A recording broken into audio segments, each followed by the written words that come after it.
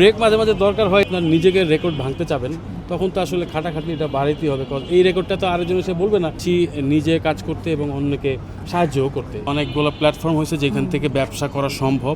Break হচ্ছে হলো ওই ব্রেক না, আমার মিউজিকের কাজ ছিল, আমি স্পিরিচুয়ালি আগায় গেছি অনেক, কিন্তু ইন্ডাস্ট্রিতে ইনকাম যেটা গান করে সারভাইভ করা, ওইখান থেকে কিছুদিন বিরত ছিলাম। লাইক গানটা তো ইমোশনাল অ্যাটাচমেন্টের কারণে আমি এই পথটা বেছে নিয়েছি, গান করার ইচ্ছা।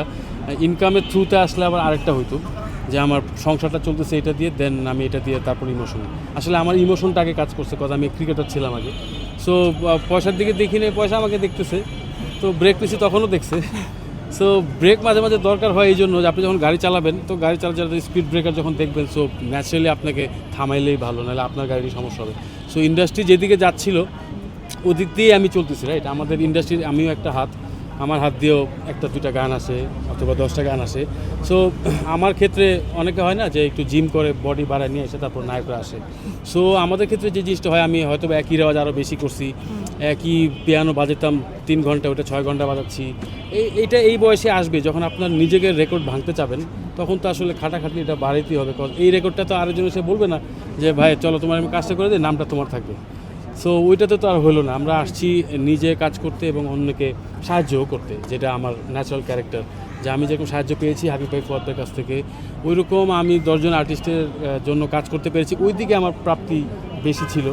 আমি কি পেয়েছি হচ্ছে বড় কী দিতে পারলাম, ওইটার দিকে ফোকাস ছিল। সো এরকম এই ধরনের মানুষ আসলে না খেয়েও মরবে না, কোনো কিছু হবে না। সো ওই বিশ্বাসে আমি কয়েকদিন চুপ ছিলাম যে হচ্ছেটা কি, আসলে বোঝা শেষ, তারপর আবার হচ্ছেটা কি দেখতেছি। আগে গোনা যাইতো না, এখন গোনা যায়।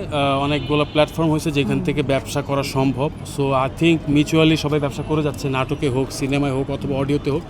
আই থিঙ্ক আরও সুযোগ আসছে, আরও ডিজিটালি কাজ করার সুযোগ আসছে অনেক। আগে একটা 10টা গান একটা সিডিতে থাকতো, এখন ওই সব গান নিয়ে একটা জায়গায় মানুষ শুনতেছে, তারপর নতুন গান আসলে শুনতেছে। সো ইন্ডাস্ট্রিটিকে রান করতে হলে আমাদের কাজ করে যাইতে হবে, আর অডিয়েন্স সবসময় গান শুনবেন এবং বিচার করবেন কোন গান কেমন হচ্ছে। আর আমাদের গান বিচারের ঊর্ধ্বে না, অবশ্যই বিচারের ভিতরেই। সো আমরা বিচার করতেই আসলে গান করি যে তা না, আমরা আসলে কাজগুলো করে যাই, এখান থেকে যার যেটা ভালো লাগে সার্বিকভাবে, তখন আমরা বুঝতে পারি যে এই গানটা আসলে সবার পছন্দ হয়েছে।